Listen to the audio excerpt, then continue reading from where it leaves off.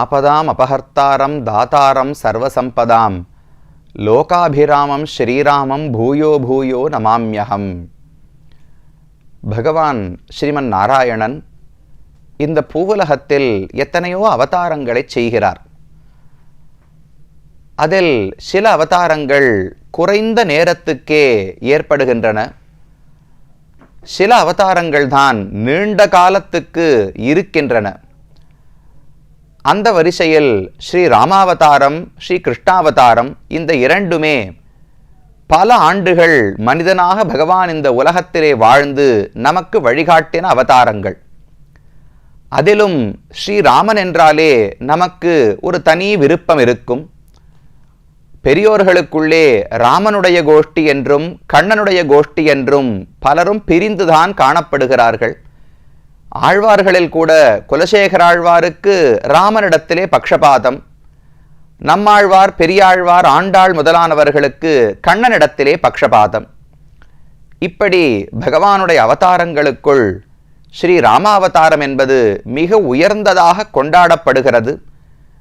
அயோத்தியில் இருந்த மக்கள் என்ன, பாரத தேசம் முழுதும் இருந்த ரிஷிகள், மக்கள், விலங்குகள் என்ன, ஏன் இன்று வரை நம்முடைய பாரதத்திலும் உலகத்திலும் வாழக்கூடிய அனைவரையும் ராமன்தான் ரட்சித்து வருகிறார்.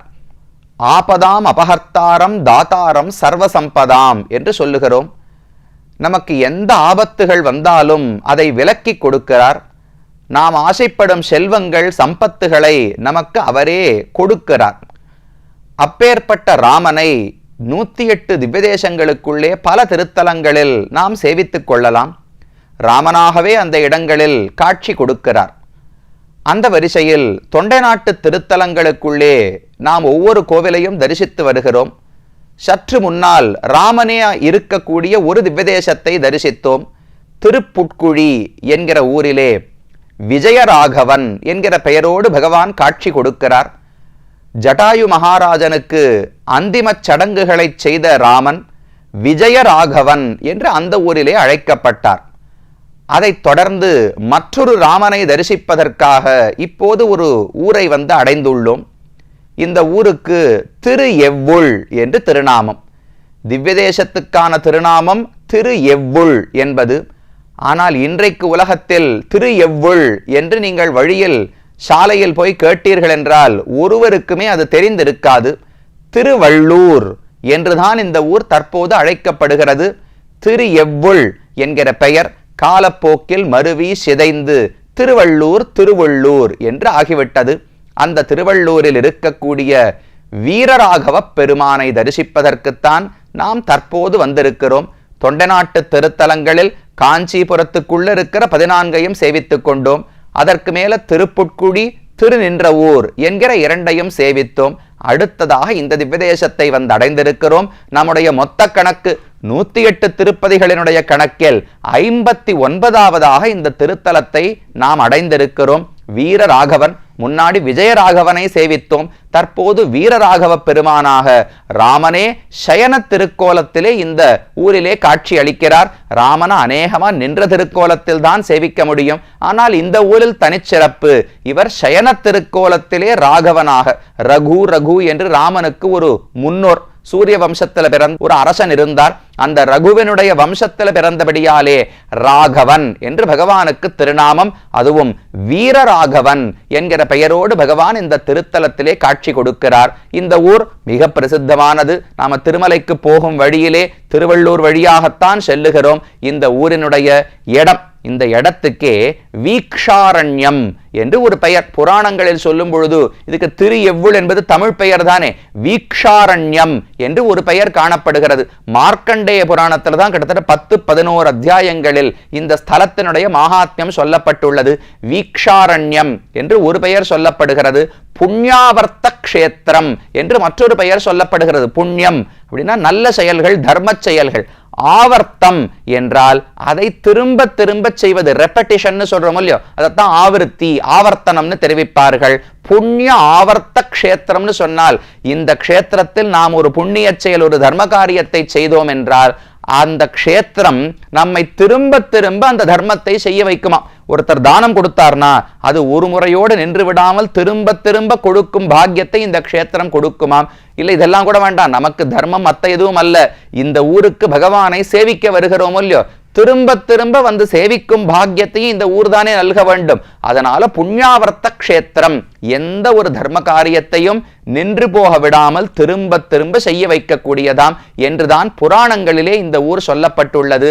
அண்மையில் ஆழ்வார் பாசுரத்தில் திரு எவ்வுள் என்று ஊருக்கு பெயர் சூட்டப்பட்டுள்ளது. பெருமானுக்கு கிம் கிருஹேஷன் என்று திருநாமம். தமிழ்ல எவ்வுள் அப்படின்னு சொல்றோம் இல்லையா, உள் என்றால் என்ன? அறை. ஒரு வீடுன்னு சொன்னா படுக்கை அறை, இப்படி சமையல் அறை அப்படின்லாம் சொல்றோம் இல்லையோ, அந்த அறை என்பதைத்தான் உள் என்று தெரிவிப்பார்கள். எவ்வுள், எந்த அறை என்று பெருமான் கேட்டாராம். கிம் கிருஹம், எனக்கு எது வீடு, நான் எந்த அறையில் சயனிக்க வேண்டும், எங்கு படுக்க வேண்டும்னு பெருமான் கேட்டார். அதனால கிம் கிருஹேசன், திரு எவ்வுள் பெருமாள் என்று அவருக்கு வீரராகவ பெருமானுக்கு பெயர் சொல்லப்படுகிறது. எதற்காக படுக்க வேண்டும், எதற்காக இடம் கேட்டார்னு ஸ்தல புராணம் பார்க்க வேண்டுமே. ஒரு புராணம் ஒரு கதை மட்டுமல்ல, இந்த க்ஷேத்திரத்துக்கு பல கட்டங்களில் பெருமான் பலருக்கு காட்சி கொடுத்திருக்கிறார். முதலில் பிரத்யும்னன் என்று ஒரு அரசன் இருந்தான். அந்த அரசன் பெருமானை குறித்து கடும் தவம் புரிந்து தரிசிப்பதற்கு ஆசைப்பட்டான். ஒரு முறை தை மாசத்தினுடைய அமாவாசை என்றைய தினம் இந்த ஊரிலே பெருமான் அவனுக்கு காட்சி கொடுத்தாராம், அவனுக்கு அருள் புரிந்தார். அதனாலே இன்றளவும் இந்த ஊர்ல தை அமாவாசைக்கு ரொம்ப சிறப்பு உண்டு. லட்சக்கணக்கில் ஜனங்கள் வருவா. இங்க இருக்கிற ஒரு புஷ்கரணி இருக்கு, ரொம்ப பிரசித்தமான புஷ்கரணி, ஹிருத்தாப நாசினி என்று புஷ்கரணிக்கு திருநாமம். புஷ்கரணி பேரே ரொம்ப விசித்திரமா இருக்குல்ல.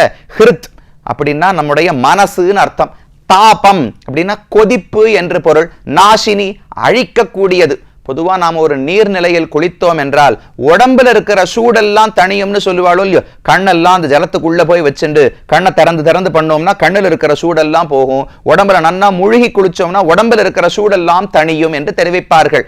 இந்த தீர்த்தம் உடம்பு சூட்ட மட்டும் தணிக்காது, ஹிருத்தாப நாசினி, மனசுல இருக்கக்கூடிய தாபங்கள், கொதிப்புகள், கவலைகள், என்னென்ன துக்கம் இருக்கிறதோ அதை அனைத்தையும் போக்கி கொடுக்குமாம் இந்த புஷ்கரணியானது. அப்பேற்பட்ட பெருமை உண்டு. இந்த புஷ்கரணிக்கு ஒரு புராணம் இருக்கிறது. நாம் தக்ஷ பிரஜாபதியினுடைய கதை கேள்விப்படுகிறோம் அல்லவா, பாகவதத்திலையும் இருக்கு, மகாபாரதத்திலையும் சொல்லப்படுகிறது. தக்ஷ பிரஜாபதியினுடைய மகளைத்தான் சிவபெருமான் திருமணம் செய்து கொண்டார். அந்த தக்ஷன் ஒரு யாகத்தை நடத்தினார், ஆனால் சிவனை அழைக்கவே இல்லை. அதனால சிவன் வரவில்லை. அவருடைய மனைவி, அவளுக்கு மட்டும் கொஞ்சம் தாக்ஷாயணிக்கு எண்ணம், அது என்னமா நம்முடைய கணவரை அழைக்காமல் தகப்பனார் யாகம் செய்யலாம், நாம போய் விசாரிப்போம் என்பதற்காக போனாள். அந்த இடத்துல மரியாதை கிடைக்கவில்லை, அவளுக்கும் அவமரியாதை ஏற்பட்டது. சிவபெருமான் கோபித்துக் கொண்டு வீரபத்ரர் என்று ஒருவரை ஏவி தக்ஷனையும் அழித்து தக்ஷனுடைய யாகத்தையும் அழித்து விட்டார். அந்த வீரபத்ரருக்கு ஒரு தோஷம் பிடித்துக் கொண்டது. தக்ஷனை அழித்தபடியால், கொன்றபடியாலே இவருக்கு தோஷம் வந்தது. அந்த தோஷத்தை போக்குவதற்கு ஆங்காங்கு திரிந்து வந்தவர் இந்த ஊருக்கு வந்து இந்த ஹிருத்தாபநாசினி தீர்த்தத்திலே நீராடின பிறகுதான் பகவானுடைய அருளாலே அந்த பாபம் விலகிற்று என்று புராணம் சொல்லுகிறது. அந்த பெருமை இந்த ஹிருத்தாபநாசினி தீர்த்தத்துக்கு உண்டு. இந்த தீர்த்தத்தின் கரையில் தான் அந்த பிரத்யும்னன் என்கிற அரசனுக்கு பகவான் காட்சி கொடுத்தார் தை அமாவாசை என்று. அதனால இன்றளவும் ஒவ்வொரு தை அமாவாசைக்கும் லட்சக்கணக்கில் ஜனங்கள் வந்து இந்த தீர்த்தத்தில் புஷ்கரணியில் நீராடி பகவானை தரிசிக்கிறார்கள். இப்ப இன்னும் தை அமாவாசை மட்டுமல்ல, எந்த அமாவாசையாக இருந்தாலும் இந்த பெருமானை தரிசிப்பதற்கு சிறப்பு சொல்லப்படுகிறது. பெருமானுடைய பெயர் இந்த புஷ்கரணிக்கு இன்னொரு ஏற்றம் உண்டு. இந்த புஷ்கரணியில் நீராடி அதுல ஒரு வெல்லம் கரைப்பது என்று ஒரு பழக்கம் உண்டு. யாருக்கான ஏதோ ரோகம் இருக்கிறது, உடலில் ஏதோ வியாதி துன்புறுத்துகிறது என்றால் அவர்களுக்காக இந்த இடத்துல வெல்லத்தை கரைத்து இந்த புஷ்கரணியை நீராடி பகவானை தரிசித்தோம் என்றால் அவர் எல்லா ரோகங்களையும் போக்கிக் கொடுப்பார் என்று சொல்லப்படுகிறது. இன்றளவும் பிரத்யட்சமாக நடந்தும் வருகிறது. அதெல்லாம் இந்த புஷ்கரணிக்கும் இந்த ஸ்தலத்துக்கும் இருக்கக்கூடிய பெருமை. இது பிரத்யும்னனுடைய கதை. அடுத்தது, பகவான் எதற்காக இங்கு சயனித்தார் என்றால், அது புருபுண்யர் என்று ஒரு ரிஷி இருந்தார். அவரும் தன்னுடைய மனைவியுமாக பதரீகாசிரமத்தில் பகவானை குறித்து ஷாலி யஜ்ஞம் என்று ஒரு யஜ்யத்தை செய்தார்களாம். ஷாலினா ஒரு விதமான நெல். அந்த நெல்லிருந்து அரிசியை எடுத்து அதை பகவானுக்கு சமர்ப்பித்து ஷாலி யஜ்ஞம் செய்து வந்தார்கள். அதில் பகவான் திருப்தி அடைந்து அவர்களுக்கு முன்னால் தோன்றி என்ன வேணும்னு கேட்டார். எங்களுக்கு நல்ல குழந்தை வேணும், நல்ல புத்திர பேருக்காக உன்னை தொழுதோம் என்று தெரிவித்தார்களாம். சரி, கண்டிப்பா நல்ல குழந்தை பிறப்பான், தர்மத்தில் ஈடுபாடோடு இருப்பான், அவனுக்கு ஷாலிஹோத்ரன் என்று பெயர் இருக்கும். ஏன்னா ஷாலினா அந்த நெல், அதை கொண்டு ஹோமம் செய்துதான் இந்த பிள்ளையை பெற்றிருக்கிறார்கள். அதனால ஷாலிஹோத்திரன் என்று அந்த பிள்ளைக்கு பெயர் இருக்கட்டும்னு பகவான் தெரிவித்தார். சரின்னு இவர்களுக்கும் திருப்தி. ஷாலிஹோத்திரன் பிறந்தார், ரொம்ப ஆன்மீக ஈடுபாடு, நல்ல சத்துவகுணத்தோடு இருந்தான். அப்படி ஒவ்வொரு ஸ்தலமாக தீர்த்த யாத்திரை சுத்தி எல்லா இடத்திலும் தீர்த்த யாத்திரையாக சென்று கொண்டிருந்தான். அப்ப இந்த இடம் வீக்ஷா ஆரண்யம்னு சொல்றோமே, இந்த புண்ணியாவர்த்த கஷேத்திரத்துக்கு இந்த குளக்கரைக்கு வரும்பொழுது அவன் கண்ணுக்கு பெரிய பெரிய தேவர்கள் எல்லாம் சொர்க்கத்திலிருந்து இறங்கி இந்த புஷ்கரணியை நீராடி விட்டு செல்லுவதை கண்டான். அவ்வளவு பெரிய புஷ்கரணி. ஏன்னா எல்லா பாபங்களையும் போக்கக்கூடியது ஹிருத்தாப நாசினின்னு சொல்றோம் இல்லையோ, அந்த புஷ்கரணியின் பெருமையை உணர்ந்து இதன் கரையிலேயே ஒரு குடிசை கட்டி கொண்டு வாழ்ந்து வந்தாராம் அந்த ஷாலிஹோத்திரர் என்பவர். அப்போது அவர் ஒரு பழக்கம், ஒரு தவத்தை தொடங்கினார். என்ன தவம்னால், வருஷம் முழுக்க பட்டினி கிடக்கிறது, தை அமாவாசை மட்டும்தான் சாப்பாடு சாப்பிடுறது. அதுவும் எப்படின்னால், நெல் அந்த ஷாலி எடுத்து அதை மாவாக அரைத்து அதிலிருந்து சோறு சமைத்து அதை ஒரு கால் பகுதி யாரு விருந்தாளிகள் வருகிறார்களோ அவர்களுக்கு கொடுத்துருவாராம், முக்கால் பகுதியை தான் வைத்துக் கொண்டு உண்டு விடுவாராம். வருஷத்துக்கு ஒரு முறைதான் உணவு. இப்படி தவம் செய்து கொண்டு வந்தார். பெருமானுக்கு ரொம்ப திருப்தி. பல ஆண்டுகள் அவர் இந்த தவத்தை செய்ததை பார்த்து திருப்தி அடைந்து ஒரு முறை தை அமாவாசை என்று பெருமானே ஒரு வயோதிகர், ஒரு கிழவனுடைய வேஷத்துல இந்த ஷாலிஹோத்தருடைய வீட்டுக்கு ஆசிரமத்துக்கு வந்தார். எனக்கு ரொம்ப பசிக்கிறதுன்னு சொன்னார். இதோ காத்து கொண்டிருக்கிறேன்னு ஒரு கால் பகுதி மாவை எடுத்து அவருக்கு கொடுத்தான். அவர் உண்டு முடித்து விட்டார். எனக்கு இன்னும் பசி போறல, இன்னும் கொஞ்சம் வேணும்னு கேட்டார். இன்னொரு கால் பகுதியை கொடுத்தார், சாப்பிட்டுட்டார். இன்னொரு கால் பகுதியை கொடுத்தார், சாப்பிட்டுட்டார். இன்னும் பசி தீரல, கடைசி கால் பகுதியும் கொடுத்து பெருமான் சாப்பிட்டு முடித்து விட்டார். ரொம்ப திருப்தின்னு சொல்லி கிளம்பி போயிட்டார். இவருக்கு சாப்பாடே இல்லை. சரின்னு ஏற்றுக்கொண்டார். மறுபடியும் ஒரு வருஷம் பட்டினி இருந்தார். அடுத்த தை அமாவாசைக்கும் பகவான் அதே கிழவன் வேஷத்துல வந்தார். மறுபடியும் கால் பகுதி, பாதி, முக்கால், மொத்த மாவையும் வாங்கி உண்டு விட்டார். உண்ட உடனே எனக்கு ரொம்ப அப்படி மயக்கமா வருது, சாப்பிட்டதுல ரொம்ப தூக்கம் வருது, எங்கு நான் உறங்கலாம், எவ்வுள் எந்த இடத்திலே நான் சயனிக்க வேண்டும்னு அந்த முனிவர் இடத்துல கேட்டாராம். அப்ப அவர்தோ என்னுடைய ஆசிரமம் இருக்கிறது, இங்கேயே சயனிக்கலாம் என்று சொல்ல சரின்னு பகவான் சயனித்தார். தெற்கு நோக்கி சயனித்துக் கொண்டார். கிழவனாக பகவான் சயனிக்கவில்லை, திடீர் என்று பெரிய வடிவத்தை எடுத்துக்கொண்டார். வீரராகவ பெருமானாக இந்த இடத்திலே சயன திருக்கோலத்தில் அந்த ஷாலிஹோத்திர மகரிஷிக்கு காட்சி கொடுத்தாராம். இப்போ இந்த பெருமாளை சேவித்தோம்னால் தன்னுடைய வலது கையை அந்த ஷாலிஹோத்திர ரிஷியினுடைய தலைக்கு மேல் வைத்து ஆசீர்வாதம் செய்து கொண்டிருப்பார். அந்த ரிஷி இந்த பெருமானுக்கு கைகூப்பி கைங்கரியம் செய்து கொண்டு அருகிலேயே இருக்கிறார். இடது கையாலே இவருடைய நாபி உந்தியில ஒரு தாமரை அதுல பிரம்மா இருக்கார். அந்த பிரம்மாவுக்கு உபதேசம் செய்யும் முறையில் இடது கையை வைத்துக் கொண்டிருக்கிறார். வலது கையாலே தன்னுடைய பக்தனுக்கு ஆசீர்வாதம் செய்து கொண்டு ஷாலிஹோத்திர மகரிஷியோடு கூட பெருமான் இந்த இடத்தில் எழுந்தருளி இருக்கிறார். அவருக்குத்தான் வீரராகவ பெருமான், வைத்திய வீரராகவ சுவாமி என்று தெரிவிப்பார்கள். ஏன் வைத்தியர்னு பெயர், ஏன் வீரராகவன் பெயர், அதெல்லாம் அடுத்த பகுதியில் பார்க்கலாம். ஷாலிஹோத்திரன் என்கிற பக்தனுக்காக அவன் கொடுத்த பிரசாதத்தை ஏற்றுக்கொண்டு திருப்தி அடைந்து எங்கு சயனிக்க வேண்டும், எவ்வுள் என்று கேட்டாரோ இல்லையோ, அதனால திவ்யதேசத்துக்கு திரு என்றே பெயர். சம்ஸ்கிருதத்தில் எவ்வுள்னா கிம் கிருஹம், எது வீடு எது இருப்பிடம்னு பகவான் கேட்டார். அதனால கிம் கிருஹேஷன், எவ்வுளுக்கு ஈசனாக இந்த திவ்யதேசத்துக்கு நாதனாக பகவான் காட்சி கொடுக்கிறார். இது ஸ்தல புராணம். இனி பகவானை தரிசிக்க வேண்டும். அடுத்த பகுதியிலே பார்க்கலாம்.